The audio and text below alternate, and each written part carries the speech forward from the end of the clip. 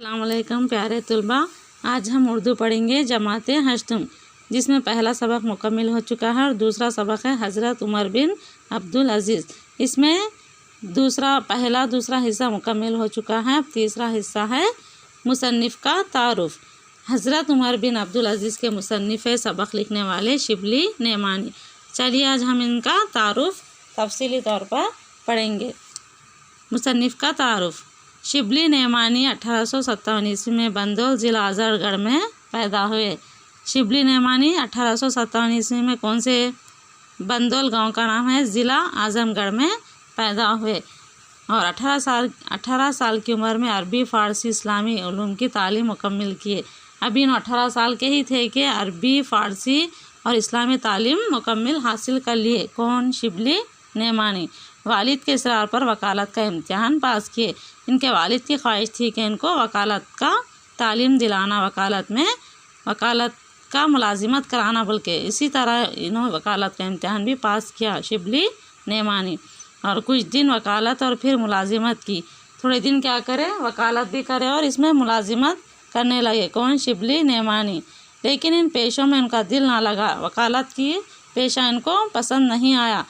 सिर्फ उनके वालिद की वजह से वकालत में पास हो गए और वो अलागढ़ चले गए। फिर क्या करे, उन्होंने अलागढ़ चले गए। कौन? शिबली नेमानी अलागढ़ चले गए।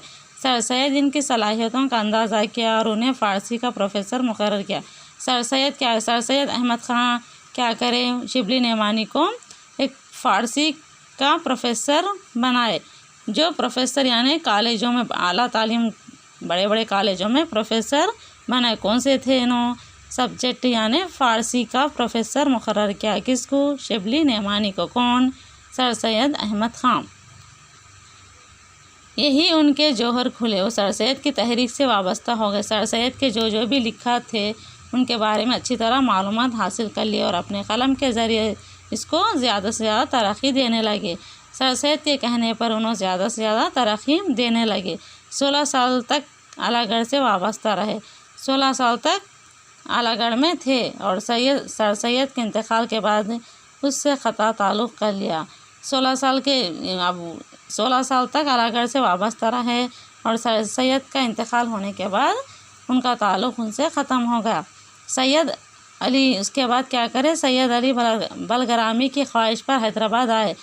सैयद अली बलगरामी ने शिबली नेमानी को हैदराबाद बुलाए और सर रिश्ता उलूम फ़नून के नाज़िम मुकर्रर, कई उलूम व फ़नून के नाज़िम मुकर्रर हुए। निदवा के हालात ख़राब हुए तो इसकी इस्लाह के लिए लखनऊ चले गए। चंद दिनों के लिए लखनऊ चले गए शिबली नेमानी। फिर लखनऊ में चंद दिन रहने के बाद आखिरी में फिर आज़मगढ़ आ गए। आज़मगढ़ आने के बाद इन्होंने सीरतुल नबी की तसनीफ़ में मसरूफ़ हो गए। सीरतुल नबी के बारे में लिखना पढ़ना शुरू कर दिए। उनकी मशहूर तसानीफ़ अल मामून, इसके शिबली नेमानी के मशहूर तसानीफ़ है, ये लिख लेना है आप लोगों नोटबुकों में। उनके मशहूर तसानीफ़ अल मामून, सीरतुल ऐमान, सफ़रनामा, मिस्र शाम व रूम, अल फ़ारूक़, अल ग़ज़ाली, सवाने मौलाना, रोम, इल्मुल कलाम, मवाज़ना, अनीस व दबीर अल कलाम, शेरुल नजीम, सीरतुल नबी है। वो बहुत बड़े अदीब, नक़ा और मौरिख़ है। मौरिख़ और शायर थे। इन्होंने बहुत ही अच्छे तसानीफ़ लिखे। तसानीफ़ों के नामा है, आप लोग अच्छी तरह लिख लेना। और इन्होंने बहुत ही अच्छे शायर भी थे, मुसन्निफ़ भी थे। इल्मियत और मज़हबियत के बावजूद उनकी ज़ुबान में सादगी और शगुफ़्तगी और रवानी पाई जाती है। इन्होंने जो भी लिखते हैं बहुत ही सादे अल्फाज का इस्तेमाल करते हैं और जो तलबा पढ़ने के बाद आसानी से समझ सके। बहुत ही अल्फाज अच्छी ज़ुबान में और शगुफ़्तगी और रवानी अंदाज में पाए जाते हैं इनके अल्फाज। इसी तरह और शिबली नेमानी बहुत ही बड़े अदीब, नक़ा, मौरिख़ और शायर थे। बहुत ही अच्छे बड़े शायर थे और सीरतुल नबी के बारे में ज़्यादा से ज़्यादा मालूमात रखते थे। इसी तरह इनका इंतकाल 1914 ईस्वी में नदवा, लखनऊ में इनका इंतकाल हुआ।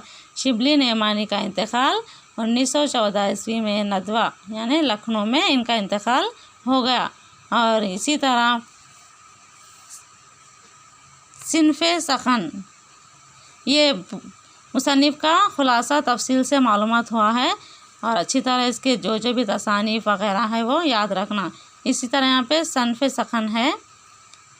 नसर की अक़साम में एक किस्म मज़मून निगारी भी है। ये मज़मून हज़रत उमर बिन अब्दूस की शख्सियत से व सीरत पर यानी जो भी एक सबक लिखा गया वो एक सीरतुल नबी के बारे में है, जो किसके बारे में है, दूसरे खलीफा हज़रत उमर बिन अब्दुल अज़ीज़ के सीरतुल नबी के बारे में पेश किया गया है।